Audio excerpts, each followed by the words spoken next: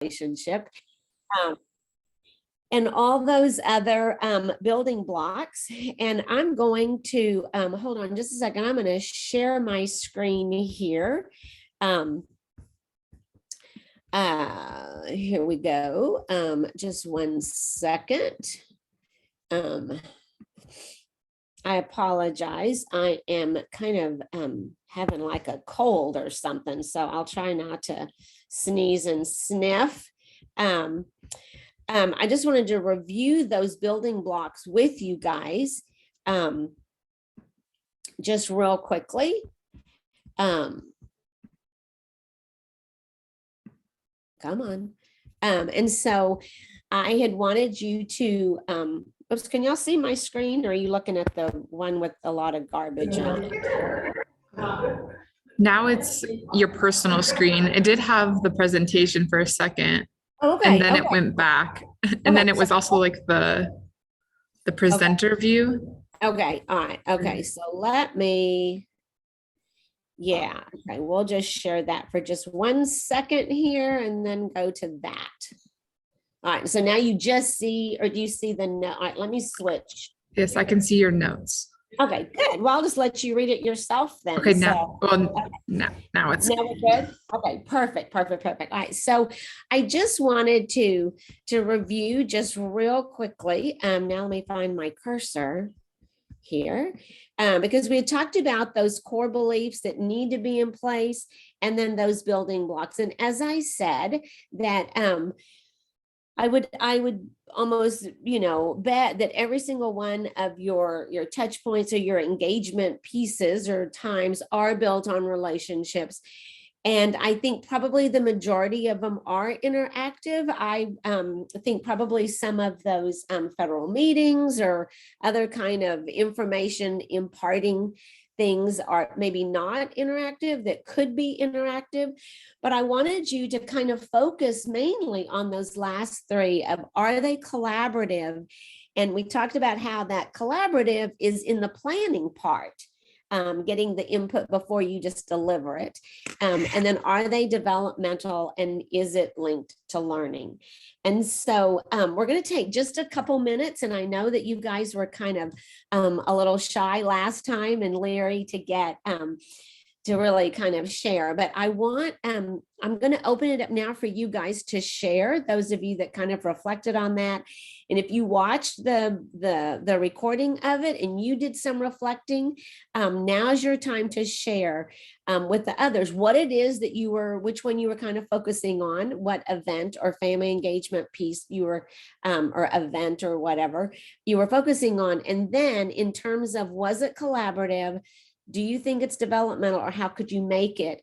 And then is it linked to learning? And if it wasn't, how could you tweak it to link it to learning?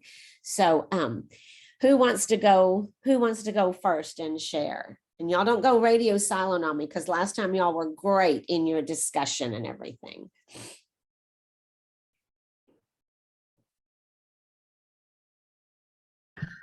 I can share a little bit, and the rest of my team can also add to it. But last week we had our parent and child time, which are like family days for our families.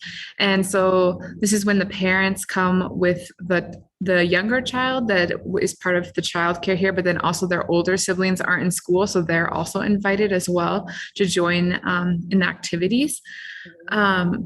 I definitely think these events really build upon the relationships. They're very interactive. We had a group that was singing and dancing, and so they were, just very interactive in that way. We had a bingo, so they were reading different stories. So yeah, very interactive. I also think it's linked to learning and building vocabulary, also building parenting skills for the parents. I think the areas that I would look at to develop are like collaborating with the parents in developing those days. And then the other one would be developmental for the older siblings. So again, just continue to think about ways to engage the older siblings. Great. And I want to ask you, because I think in these sessions, it's about stretching you guys because you guys are already doing so much.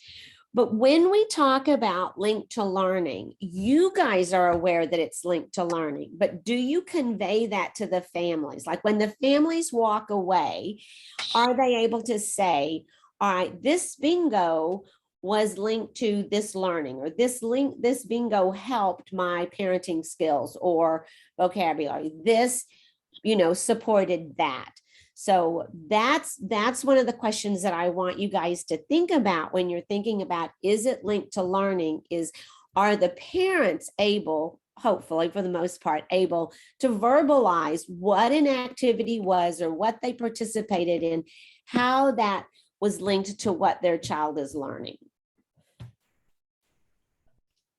We hope they understand that. But before we start our activities, our parenting instructor explain about exploration and let the child lead the activity and she kind of also mentioned, just don't tell them what to do, just let them express their art however they want. And so we hope they got the message before they start doing their activity. Okay. And I love what both of you guys shared. And I think you guys, are doing an incredible job of that true partnership. But I'm gonna challenge you to make sure, what can you do to make sure that those families get the message? Because a lot of times we think the parents have gotten the message. It's kind of like when you tell the children what it is you want them to do, and then you dismiss them and they're like, no, that's not what I say. What's up with that? And so I think that, and I know I was notoriously guilty of thinking through my educator brain. In fact, my husband, I would always run things by him that I was going to send home because he's not an educator. And I would say, okay, does this make sense to you with very little background in the field?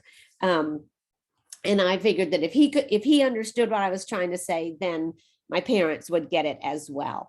And so I think that there are, and I'm sure you guys can be creative, but when they are helping their child express their art, or whatever it is, and not just saying good job or whatever, what exactly is that supporting? What is that parent actually supporting?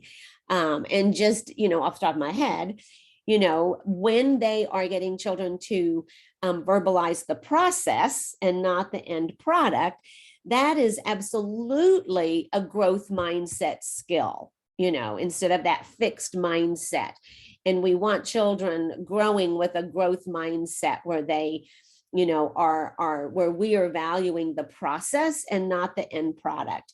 And so, I think that I've seen a couple where they've just put like a little sign, or on the handout, it says, here's what you worked on, or here's what you strengthened, the skill, the parenting skill that you worked on today was establishing a growth mindset in your child, or you worked on positive parenting strategies, or you worked on executive functions, or building healthy families, those protective family factors.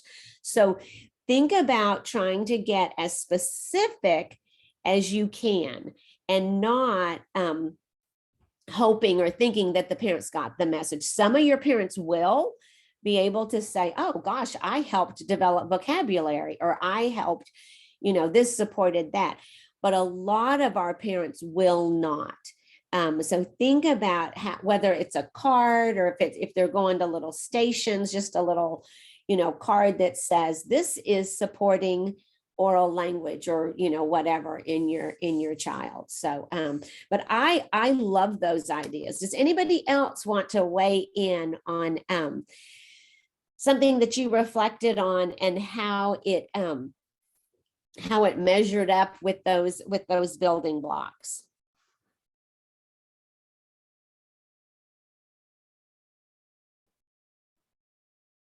Anybody? I was just thinking about this, like this message for parents, like because we do a lot of activities with them, but at the end of the activities, we don't know if they got the message. Right. And then I say, okay, what will be the way for example, open house? You know, like, and now, right now, I am thinking to add to the PowerPoint presentation. Okay, and you work today, like you work the work that you are saying, because probably they are learning something, but they don't know what is that all. Right. Right. And then at the end of any event, we can have like a you know, a reflective moment with them. Absolutely, absolutely. And I think too, without making it too high level or too, teachy or whatever, I don't even know if that's a phrase, but is before you start something, you could have the different categories or whatever that learning falls into, like, vocabulary or math skill, one-to-one, counting or whatever, growth mindset or whatever, and say, these are skills that you're going to be supporting in all these activities that you're going to be doing with your child. You're going to be supporting, a math skill of one-to-one counting, or growth mindset, valuing the process and not the end product, or oral vocabulary, which leads to early reading and writing, or however you want to phrase that. And then at the end of the session, it would be fun to say, okay, when you were doing the art with your child and talking about the process that your child was going through, where do you think that learning piece, which one of these categories do you think that fell into? So that now they're starting that activity kind of with that background of, okay, this is going to fall into one of these categories. Or, if you didn't want to get as specific as growth mindset, you could say social and emotional learning, or, whatever. And then part of your reflection at the end would be, what do you think this supported, or where do you think this, this activity fell in? So they're starting to make that connection, because we really want them to understand that every single thing we do with children is supporting something that their child is working on, even if it is a social and emotional component. Those are, equally as important as the academic. So good. I love the thinking that you guys are doing now. Anybody else want to weigh in on something that you do that maybe you've reflected on, or anything like that? Yes, I would like to just mention some of the activities that we do with the parents here at the center as well. A lot of our Growing Great Kids books that we use for them have just like activities, parent-child activities that we do with them. And before going into the activity with them, there is this part that says how this activity will support the child's learning, and then that's where that's where I explain to them the whole, it supports the emotional and behavioral self-regulation, although like the activity might be like this one, for example, that I do sometimes is called make-believe jobs. That's like a game, like an activity that they do, but the whole just activity of making believe that you are someone, that pretending, it has other benefits as well, like other the supports the learning of the child, and it gives a whole list that we usually share with the family that helps, like the social emotional. There's like a big list but then it also says like, why do this activity? That's the part that we usually explain to the family, how like this supports the strong language development, encourages like their imagination and creativity, and it gives a couple of those that we usually share with the families. But I usually try to talk to them about that. This activity will be an activity that you would have to practice a lot in order to get to the point of actually supporting the child's social emotional, because maybe the first time will be like a little bit hard, because it's the first time doing the activity, but once you like do it one and again, it could get easier. Good. One thing that that I think we want to be careful about. And it sounds like the examples that they were giving are really in that plain language for parents to understand. But I want to make sure that you guys think about that not all of our using terms that parents aren't going to understand, like, self-regulation, or even, like phonological awareness. I hear teachers all the time talk to parents about, oh, we're working on phonological awareness. And we know what that means. Or we're working on print and alphabet knowledge. We know what that means, but the average parent does not know what that means. And so when we can use as simple language as possible, what does self-regulation mean? That means controlling my body, controlling my actions. And why that's important is because when I'm in a classroom setting, I need to be, when we're getting in line, I need to keep my hands to myself. That's self-regulation. And so think about trying to make it as real and your examples as explicit as you can for that particular age or for those particular children. And I think that a lot of times we do that very well when it's easy, but I think sometimes it's a little bit harder and we don't always think about, okay, what does print and alphabet knowledge mean? That means learning their letters and their sounds and recognizing that in books so that we can read, just as plain and simple as we can. So great examples, guys. Anybody else want to share? Yes, I would like to share an activity. We start this school year with the speech pathologist. This activity is read aloud, and that we start doing is provide parents and children with a book every month, and in the following week we have a Zoom to read the book. The pathologist read in English, and then I read in Spanish for speaking Spanish clients. And then after we complete that part, we interact and ask questions to the parents and children related with the activity. Another way we are doing that, we start to this month, is we change Zoom this month for we send the parents a link so they can see the lecture of the book, and anytime they can do. It really is, I am very excited with this activity. We had good response, good participation, and we are going to continue for the rest of the year with this. Each month, we want to provide something different, so the parents and the children can be excited to do and to work in this activity. This activity is related with literacy, and I like it. Good, very good. Well, I really want to applaud you guys for the reflecting that you're doing, and I'm going to encourage you to continue to do that as you move forward after these sessions.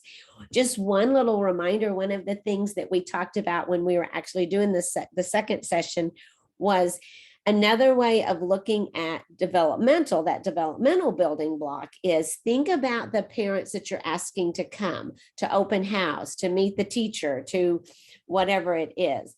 And some of your parents are going to be brand new parents, that this is their first school experience or, educational experience for their very first child or whatever. And for a couple of your parents, or maybe a lot of your parents, it's going to be a second child or third child. And so how are you going to make something like open house or some of those yearly traditional things that we do developmental, so that if it's my second year having you as my child's teacher or at that age group, how are you going to make it linked to learning or appropriate for me, who I heard it last year as a first-time parent, and now I'm hearing it again as a second-time, parent. And again, not to make more work for people, because heavens, you guys have more on your plate than you know what to do with. But we talked about having multiple sessions. And so maybe one night it's for first year parents, and then maybe the second night it's for parents who have been, have already gone through the initial open house or meet the teacher or whatever it is, or registration if they came through the intake for their first child and now they're signing up their second child or whatever. How can you meet them where they are? Or if you have enough staff, you could even divide into groups. And so that and the collaborative, I think, are the hardest to think through. And so in just a little bit, we're going to get into breakout rooms and do a little activity. But before we do that, I want to go back. Does anybody have anything else to say about what you're currently doing or any of the reflections that you did? Okay.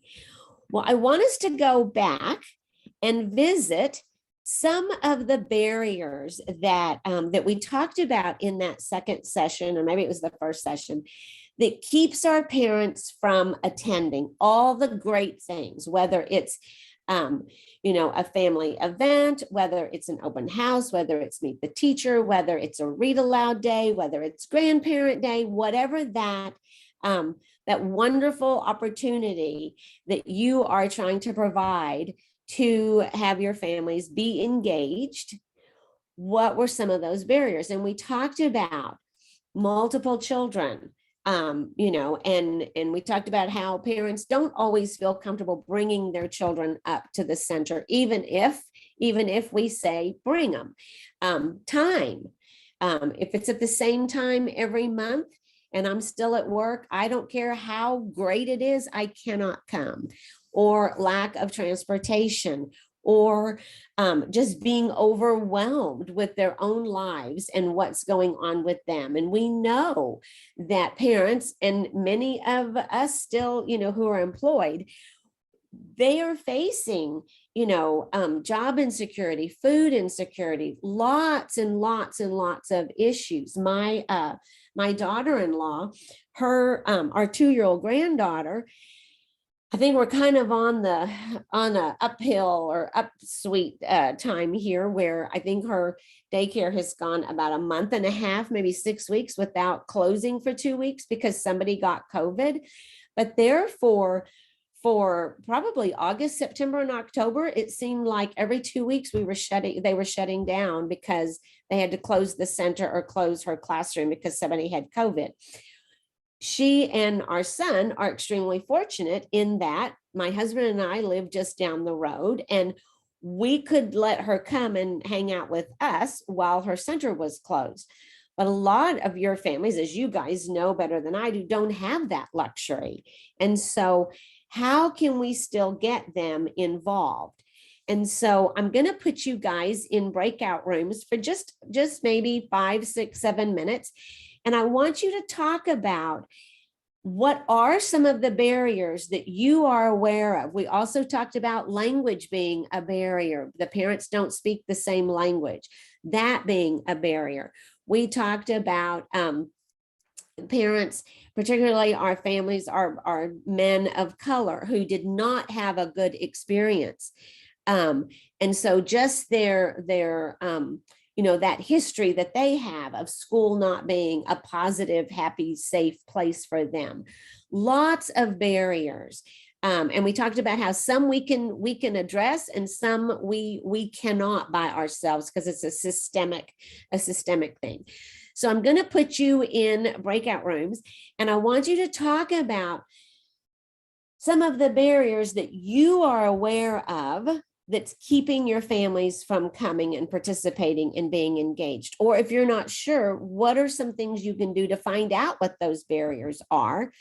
And then in your breakout room, I want you to just brainstorm things that you could at least entertain to try to break down that barrier. So that's what I want you to talk about in your breakout room. Then we're going to come back and share quickly.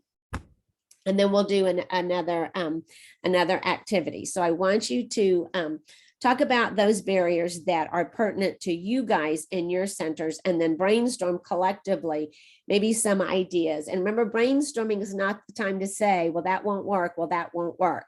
Brainstorming is just throwing anything out there to kind of reflect on and think through.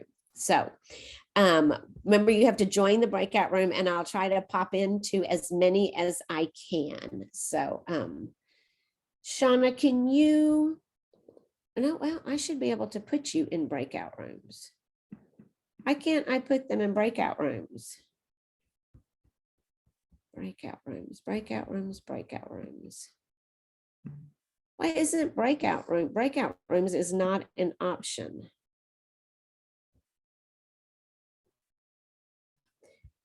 Shauna, do you have the ability to put them in breakout I rooms? do, and I do. I don't know why you don't. I know, Let's I don't see, either.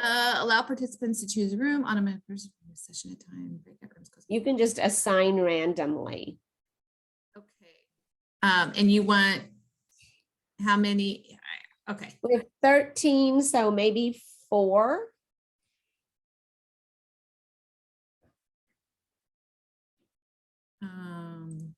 Assign. Did you make me a co-host?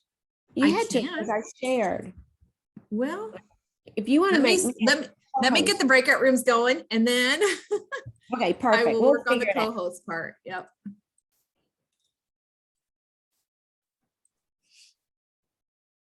Okay, we're gonna do 3, and there's about 5 in each. Perfect, perfect.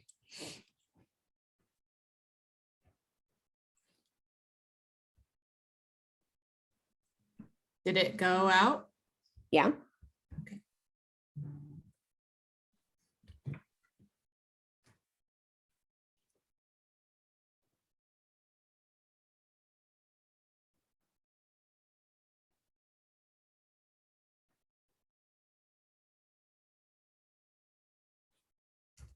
Yeah. Okay, so I was thinking about the barriers for parents, and some of them could be transportation. Some parents don't have a car to move around. Something that we could use to resolve it could be like offering like a free transportation. That's what we do at our center. But sometimes I feel like transportation is not enough. I don't know. Any other ideas?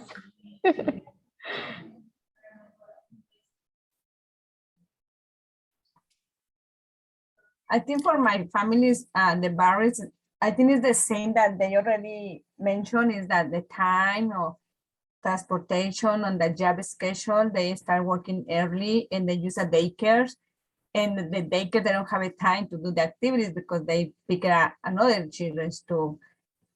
And why I try to make the activities after my work hours sometimes for the people they working late, but it's depend activities because it's not a time I don't have enough. Also, I want to go home after my work hours, but I try with some people that I know they want to participate and they don't have a time because they're working, and we find that the best time for everybody.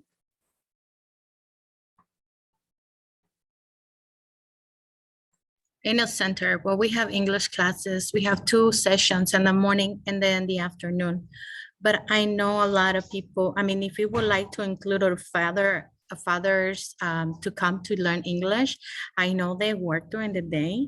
So unfortunately I don't know, I don't think they will hire a staff for that evening, because it would be a great idea to have evening classes for parents to come and learn English, including transportation and including childcare.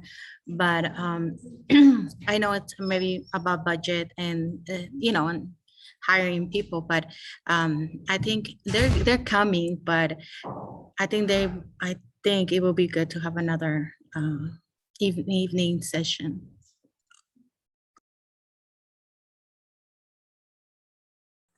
I think you will have a lot of people signing up for the evening classes because we already have that our conference, parent conference, and I have a lot of parents they want to go to ESL classes, but doing they working, they don't have a time during the days, or they finish at 4:30 or 4 and they go pick out their kids and they get home at 5. I think so maybe the evening classes starting at 6 is going to be great for parents. It's the same thing with the activities that we do at Educare. When they don't have a time, we try to find the best time for everybody.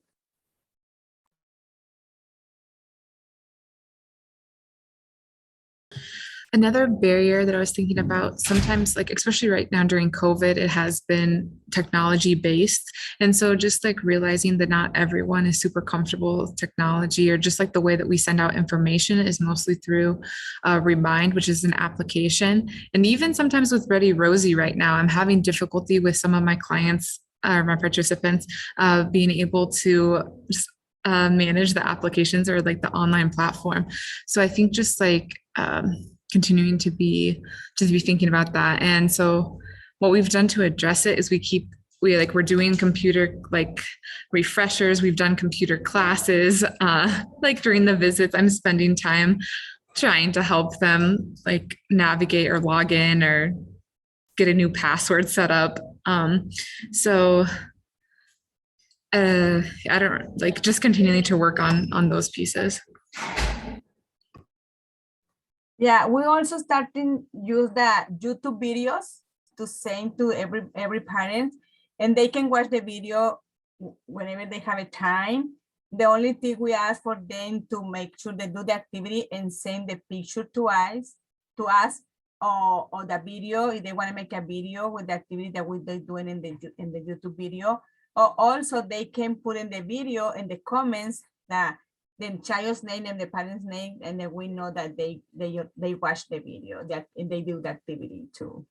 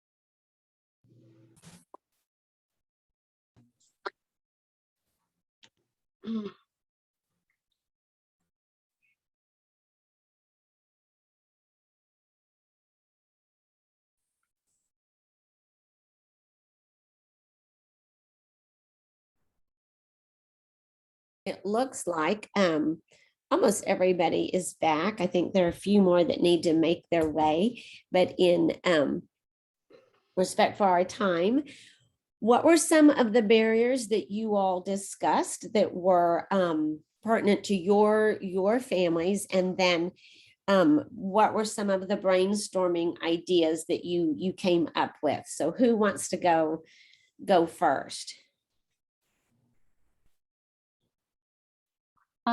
So some of the barriers that we talked in our group were similar in a lot of them, like the communication part. Sometimes just maybe like we have to remind families more of that event, like keep reminding them more to see if to check up on them. So if they are coming, if they're not coming, if what's going to be letting them not come, so we can see how we can best support them. And with COVID now and everything and the illnesses, which is now has become a norm, like normal, like for them not to come because they're sick. So they cannot come because of the regulations and everything. So that's another barrier.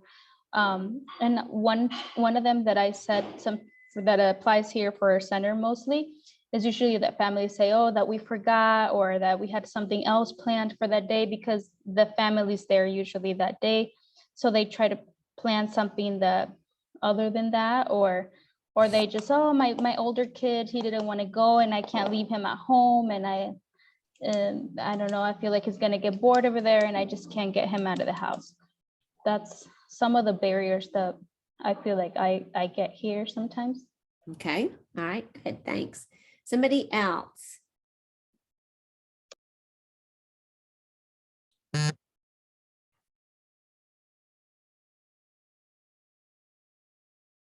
Who else wants to share from their group? Okay, I guess I can share. I was sharing that this morning I met with a mom to do a survey, and one of the barriers, well, she has few barriers. Like right now, she's not working, so and she was telling me that she doesn't know how to read and write, and her Spanish is very limited because here she speaks dialect. She's Mhm. from Guatemala.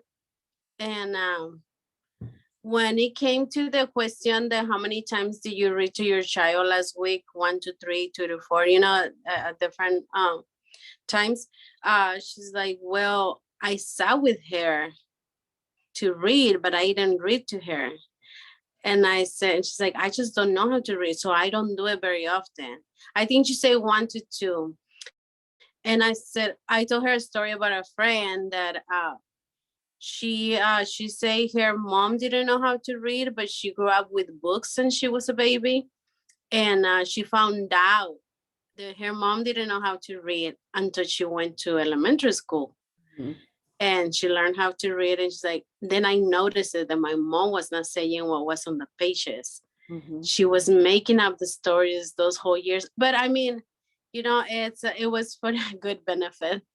Absolutely. And think about just that foundation of storytelling. And so I think that when you have a parent that cannot read,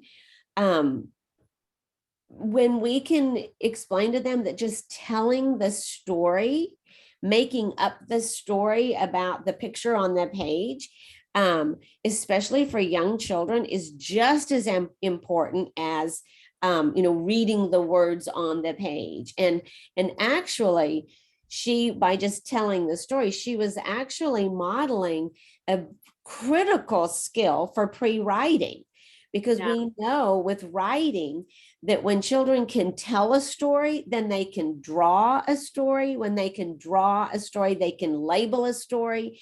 If they can label a story, then they can eventually write a story.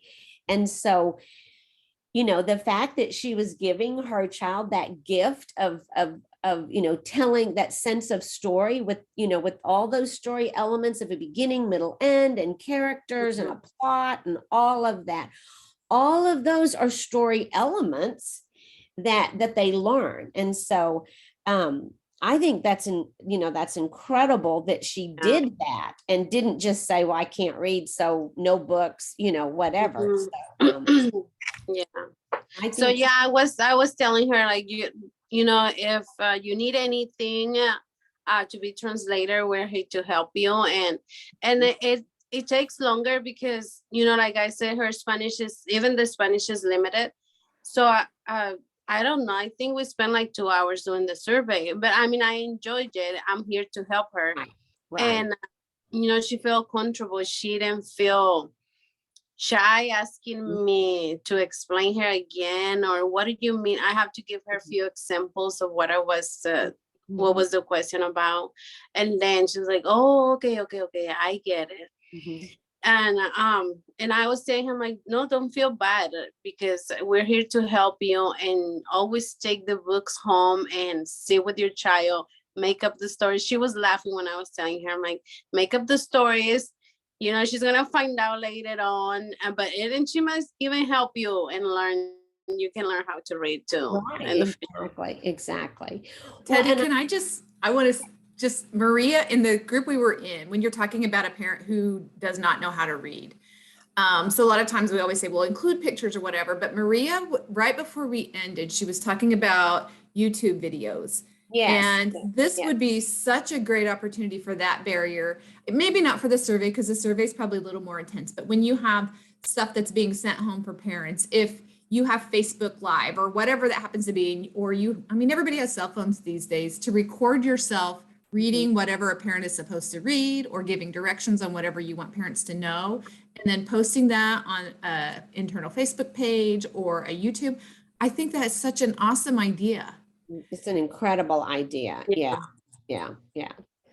Because the language is a barrier for so many of our families. And we shared in one of the previous sessions that, for meetings or get-togethers or in-person things, if you can have a translator, even if it's someone from the high, one of the children from the young adults from the high school level in the language classes, and they're looking for community service hours or whatever, that's great. But I think that, sometimes that's not always available. And so I think the YouTube is an incredible idea. Anybody else want to share real quickly? Well, I want to remind you guys that I don't remember if it was in the first session or the second session, but there's actual research that shows that parent to parent is more powerful than teacher to parent. I mean, that's kind of sobering. It kind of hurts our feelings, but having a parent call another parent and say, hey, are you going to whatever this evening or this afternoon, is so much more powerful than us sending out 8 million flyers or slapping a label on that says, don't forget such and such at 7 o'clock tonight. And so that's why I really encourage you guys to be real risk takers here, maybe not between now and the holidays, but in the spring, next semester after the holidays, to think about how you can develop a parent-to-parent network where the parents, your parent task force or your parent advisory board is a critical part of all your planning. So everything you're planning in the center that's going to involve families, I'm not talking about planning curriculum, but everything you are planning where you are wanting the parents to participate, you have some of your core parents involved in that planning so that you're getting that input from the parents. And then start with that core group as being a parent-to-parent network. Or if you have a parent that you have a good relationship in your classroom, or one or two, before that event or that engagement time is going to come up, ask them, hey, will you reach out to these parents and invite them to come?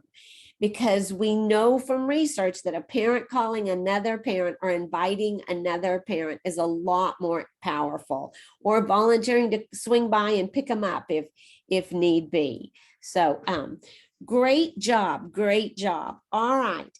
The last little thing that I want you to think about, and I'm going to put you in breakout rooms just for about 5 minutes, and then we're going to share back, is I want you to think about this. Let me move that out of the way.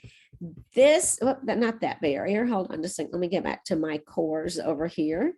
We talked about, we've talked about the building blocks, but one of the basic core beliefs that we talked about in one of the sessions was that the responsibility of building that partnership between school and home falls primarily to us.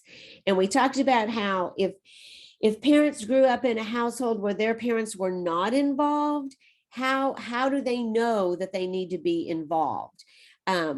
If parents are from a culture where in their culture, in their country, it is disrespectful to, be a part of the school and the learning, how do they know the American expectation of we want those families to be partners? And we talked about how we're not saying you have to do all of it yourself, but how can we convey to the parents in a parent-friendly way that that they need to be a part of in this partnership? I've kind of mentioned several times having a parent to parent, network and a parent task force. So I'm going to put you in breakout rooms for just a couple of minutes, and I want you to think about 2 events that most programs have. One is your intake or registration or roundup or whatever you have in the spring for incoming children. How can you convey the message that parents are welcomed and equal partners at that school? How can you use that event to convey that? And at the very beginning of the year, what are some things you can do that sends that message besides just saying you're important, we want you to be a partner? So think about the upcoming, registration, pre-K roundup, whatever, when you're intaking new children.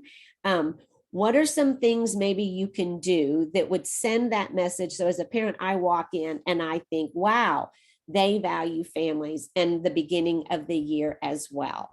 So I'm going to put you guys in breakout rooms and we're just going to have a couple minutes. So be thinking about that.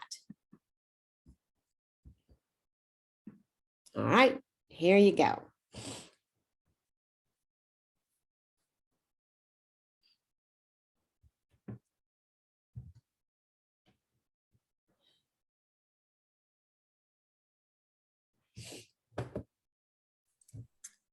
Teddy, will you put me in a room so I can record some of that conversation?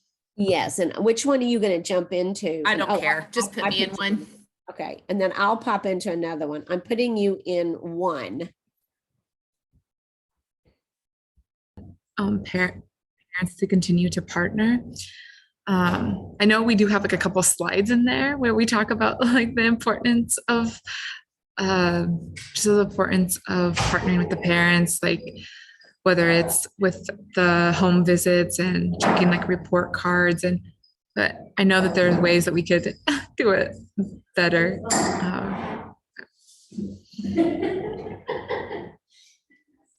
We have a form that we call the family partnership agreement, and that we use the form in the enrollment package.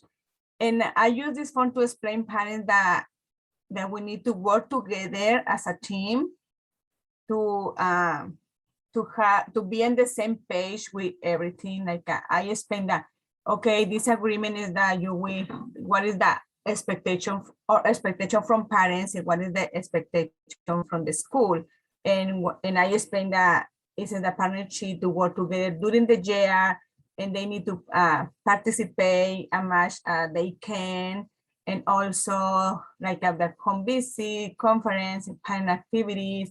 Also work with the teacher, because it's the 3 parts signing the partnership agreement is the teacher, FES, and the parents.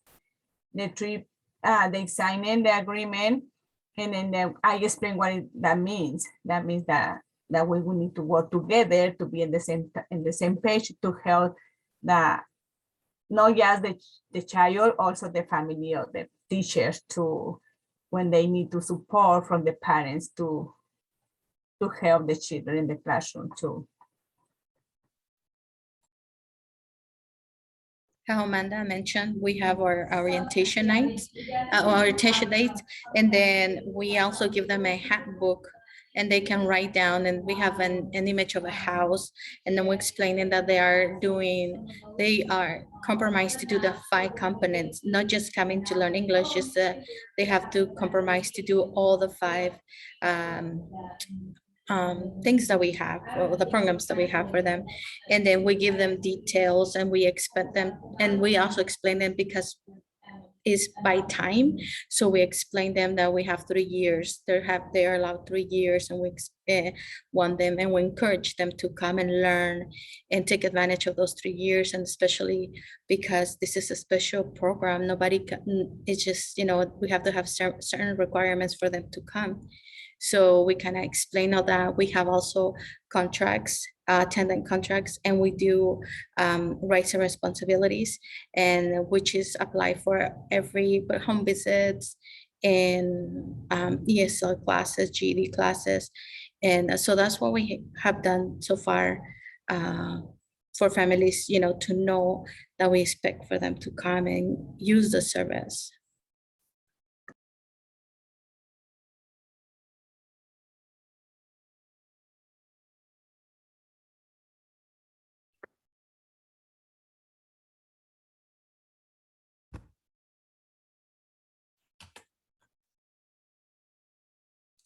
Well, while people are joining, does anybody want to share quickly what was talked about in your little group?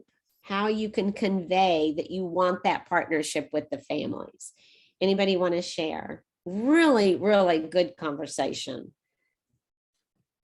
And I can, in our group, we talked about how in our different orientations, there are specific like slides and stuff where we talk about partnering with the parents, but then also having participation contracts and we have a rights and responsibility contract.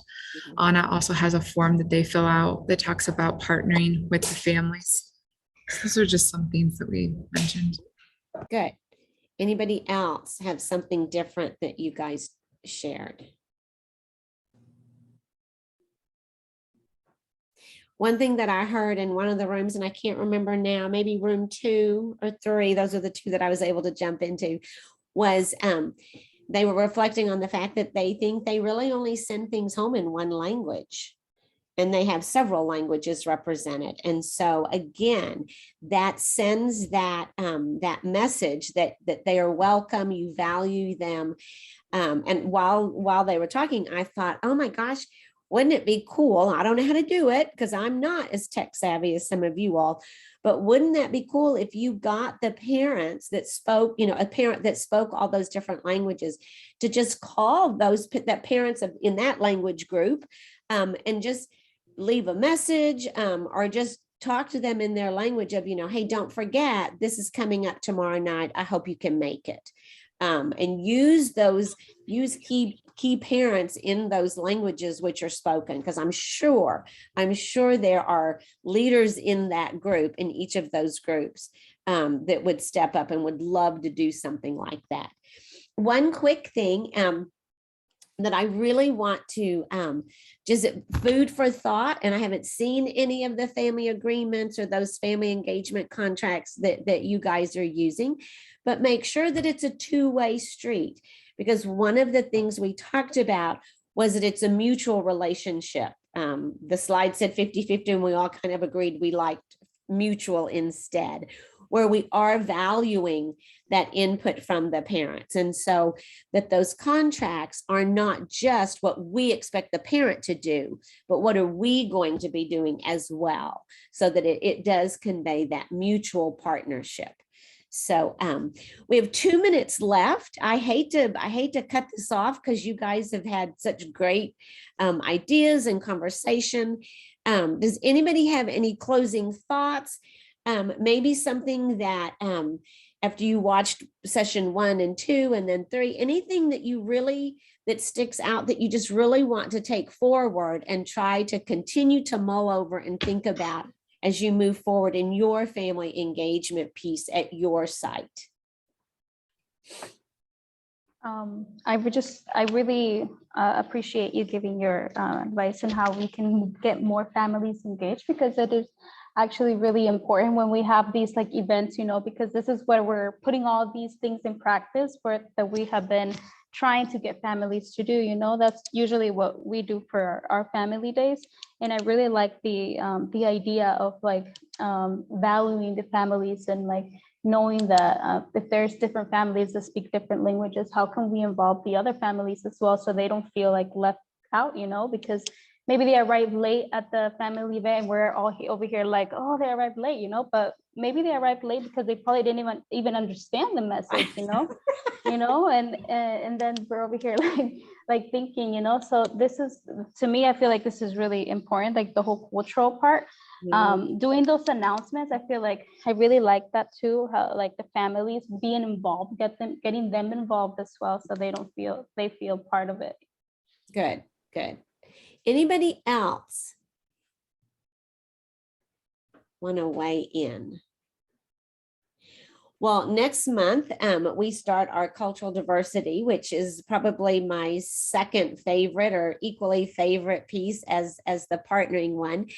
But I want to just leave you guys with this closing thought and that is particularly this year, but at any time, if you try to tomorrow start trying to incorporate and make sure that you are meeting all of those building blocks for every single engagement piece that you are doing, you will go over the edge. And so pick one to really focus on and get it how you want it, where parents are involved. And then when you have that one how you want it, go to another one. And just like we say to our parents, it's a process for you guys as well. So give yourself some grace, and I will put my email in the chat again. And so if you have a question, or if you do something that you are like, Teddy would be so proud of this, send me an email and let me know so that Shauna and I can celebrate you guys. So, and if you reach out to Teddy, CC me, and you may even be rewarded with a Ready Rosie t-shirt. So absolutely, or buttons, yes. stickers, or something. So, well, if not, I think Shauna put the is that the the survey link for the series. So if you've watched the YouTube one or two and you were on today, if you could take that survey and just answer that so that Teddy and I can utilize that feedback for our future trainings, that would be awesome. It'll also be included in the weekly update I send too. So if you don't get to it, that's fine. Just please do it, of course, if you can. Encourage your coworkers or any other of those early childhood people you know that are doing Ready Rosie to join us for these training sessions, or watch the YouTube videos if they can, so that they can also learn from you all, because you all are sharing such great information. You are. And I just thank you not only for being on today, but thank you for all of the amazing work you do with families and children. Absolutely. You guys have a great rest of your day and rest of your week. Bye. Thank you. Have a good day. Bye.